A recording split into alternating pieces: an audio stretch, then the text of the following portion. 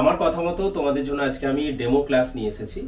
তো আজকে একটা ডেমো ক্লাস তোমরা কিভাবে প্রেজেন্ট করবে সেটাই এই ভিডিওর মাধ্যমে তোমরা জানতে পারবে। প্রথমে কয়েকটা বিষয় বলে রাখি, তারপরে ডেমো ক্লাসটা আমরা শুরু করছি। ডেমো ক্লাসে মূলত তোমার তৈরি করে যাওয়া বিষয়ের ওপরেই দিতে হয় বা দিতে হবে। তার কারণ তোমরা জানো যে এনসিটির নিয়ম অনুযায়ী একজন শিক্ষককে পূর্ব নির্ধারিত ক্লাসের সমস্ত বিষয় আগে থেকে তৈরি করে নেওয়ার পর পাঠদান করতে হয়। তো সেটাকে ভাবলে অবশ্যই তৈরি করা বিষয়ের ওপরেই ডেমো ক্লাস তোমাদেরকে দিতে হবে। দু একটা কেসে আলাদা, নাহলে একেবারে 99% ক্ষেত্রেই ডেমো ক্লাস কিন্তু নিজের পছন্দ মতো বিষয় অর্থাৎ পছন্দ মতো অংশে দেওয়া যায়। তো আজকে আমি একটা ডেমো ক্লাস তোমাদের জন্য নিয়ে এসেছি। আর ডেমো ক্লাসের প্রথমেই বলি, বোর্ডে যদি কিছু লেখা নাও থাকে অবশ্যই আমরা যেটা পড়াবো সেটা আজকের বিষয় বলে আমরা লিখে অবশ্যই সেই বিষয়টা লিখব, এবং তারিখ যদি আগের জন লিখে রেখে যায় তাহলে ঠিক আছে, নাহলে অবশ্যই নিজেকে লিখে নিতে হবে। তারপরে কিন্তু শুরু করবে, এবং শুরু করার আগে অবশ্যই যেটা তোমরা সবসময় ক্লাসে ঢুকলে যেটা করতে হয়, অর্থাৎ সবাইকে একটা সম্ভাষণ দেওয়া বা সবার কাছে কুশল বিনিময় করা, সেটা কিন্তু করতে হয়। তো কিভাবে করতে হয় আমি একেবারে প্রথম থেকে তোমাদেরকে দেখাচ্ছি। গুড মর্নিং স্টুডেন্ট, আশা করি তোমরা ভালোই আছো।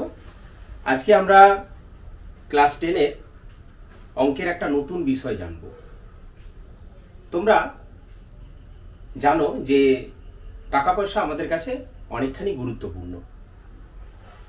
আমরা যখন কোনো ব্যাংকে টাকা রাখি বা ব্যাংকের কাছ থেকে টাকা ধার নেই, কিংবা কোনো ব্যক্তিকে টাকা ধার দেই অথবা কোনো ব্যক্তির কাছ থেকে টাকা ধার নিই, এই যে বিভিন্ন ঘটনাক্রম অর্থাৎ টাকা ধার নেওয়া বা দেওয়া, তো ব্যাংক কিংবা কোনো ব্যক্তি সেই টাকা ধার দিলে পারে আমরা যে ধার নেই, অর্থাৎ যে সমস্ত ব্যক্তি ধার নিয়ে থাকি বা যে সমস্ত প্রতিষ্ঠান ধার নিয়ে থাকে তারা হচ্ছে অধমর্ণ ব্যক্তি, আর যারা ধার দেন ব্যাংক বা কোনো মহাজন তিনি হচ্ছেন উত্তমর্ণ ব্যক্তি। তো টাকা ধার দেওয়া মানে আমি যখন কাউকে কোনো টাকা ধার দিচ্ছি তখন আমি কি চাইবো, যে সেই যে পরিমাণ টাকা আমি ধার দিয়েছি তার থেকে যদি সামান্য অতিরিক্ত টাকা আমি পাই সেটাই আমার সুবিধা। আর এই যে অতিরিক্ত টাকা সেটাই হচ্ছে সুদ। তো আজকে আমরা জানবো সরল সুদ সম্পর্কে। তো আজকের পাঠ, আজকের বিষয় সরল সুদ কষা।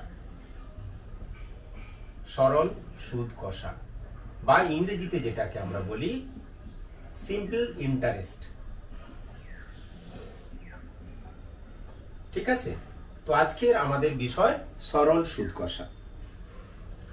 এখন ইতিমধ্যেই আমরা জানলাম যে কিছু পরিমাণ টাকা যখন আমরা কারো কাছ থেকে ধার নেই তাকে শোধ দেওয়ার জন্য অতিরিক্ত টাকা দিতে হয়, কিংবা আমি যদি কাউকে টাকা ধার দিই তার কাছ থেকে টাকা আমরা অতিরিক্ত নিয়ে থাকি।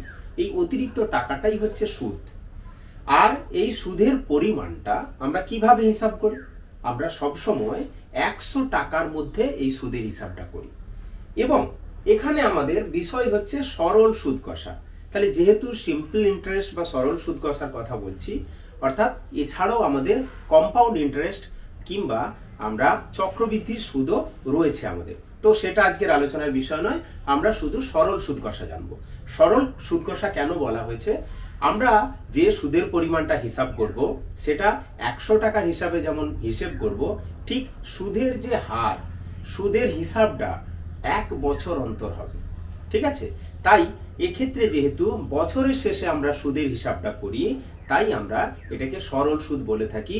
এবং এক্ষেত্রে যে পরিমাণ সুদটা আমরা বছরের শেষে পাচ্ছি সেই সুদের আর কিন্তু কোনো রকম সুদ হিসেব হবে না। যদি সুদেরও সুদ হিসাব হতো তাহলে এটা কিন্তু আমাদের অবশ্যই কম্পাউন্ড ইন্টারেস্ট হয়ে যেত।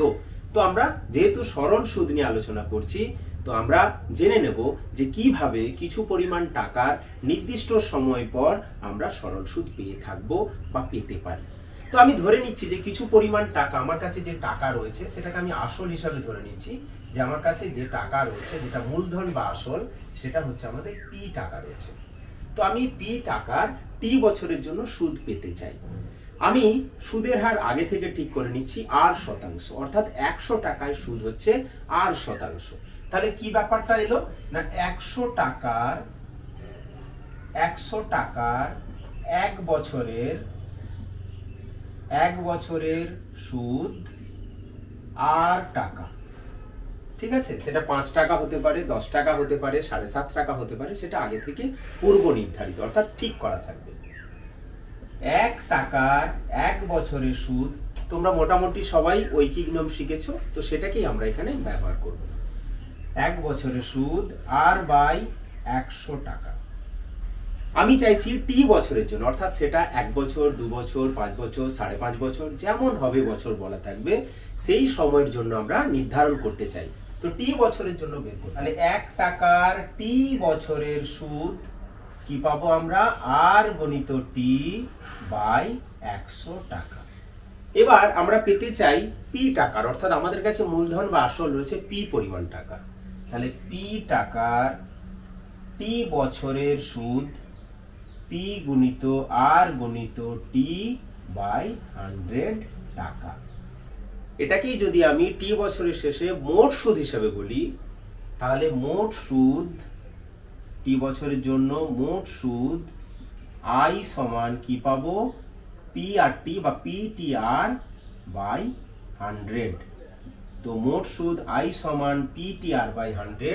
এর মাধ্যমে যদি আমাদের কত টাকার সুদ বের করতে চাই, কত বছরের জন্য, এবং সুদের হার যদি জানা থাকে, মোট সুদ আমরা বের করতে পারবো। এখানে আমাদের 4টে রাশি রয়েছে, মূলত আই, পি, টি এবং আর। তো যে কোনো 3টে রাশি জানা থাকলে আমরা এখান থেকেই অজানা রাশিটার মান বের করতে পারবো। অর্থাৎ যদি আমি এখান থেকে আসল বের করতে চাই, অর্থাৎ পি বের করতে চাই, তাহলে পি সমান পেয়ে যাব I into 100 by T into R. এইভাবে আমরা আই, পি, টি এবং সুদের হার আর সমস্ত কিছুই বের করতে পারবো। তো আমরা উদাহরণ সহযোগেও এটাকে দেখতে পারি। ঠিক আছে, যে কোনো উদাহরণ তুমি নিয়ে নিতে পারো, যে কোনো এক ব্যক্তি 10,000 টাকা ব্যাংকে 5 বছরের জন্য সরল সুদে রাখলেন। তাহলে 5 বছরের শেষে কত টাকা পাবেন? তো 10,000 টাকা যদি রাখেন, তাহলে সেক্ষেত্রে আসল আমাদের কি হচ্ছে? আসল যেটাকে আমরা পি ধরেছিলাম, সেটা হচ্ছে আমার 10,000 টাকা। 5 বছরের জন্য বলেছি, তাহলে সময়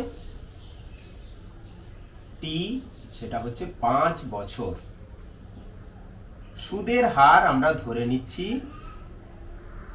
সুদের হার আমরা ধরে নিচ্ছি 10%। তাহলে আমার মোট সুদ দরকার, তো আমরা পেতে চাই মোট সুদ আই সমান কত হবে। তো অবশ্যই আমরা আই সমান পিটিআর বাই 100 এই সূত্র ব্যবহার করার মাধ্যমে মোট সুদটা হিসাব করতে পারি। তাহলে আই সমান কত হবে? P T R by 100। একটা শূন্য, এখানে একটা শূন্য কাটলাম, তাহলে আমরা পেয়ে যাচ্ছি 5,000 টাকা। অর্থাৎ এক্ষেত্রে আমাদের সুদের পরিমাণ হবে 5,000 টাকা। তো এইভাবে আমরা মোট সুদ হিসাব করতে পারি। তো আজকে আমরা এইটুকু অংশ আলোচনা করলাম। পরবর্তী ক্লাসে আমাদের পাঠ্যপুস্তকে যে যে সমস্যা রয়েছে সেগুলো আমরা সমাধান করব। বুঝতে পেরেছো তোমরা?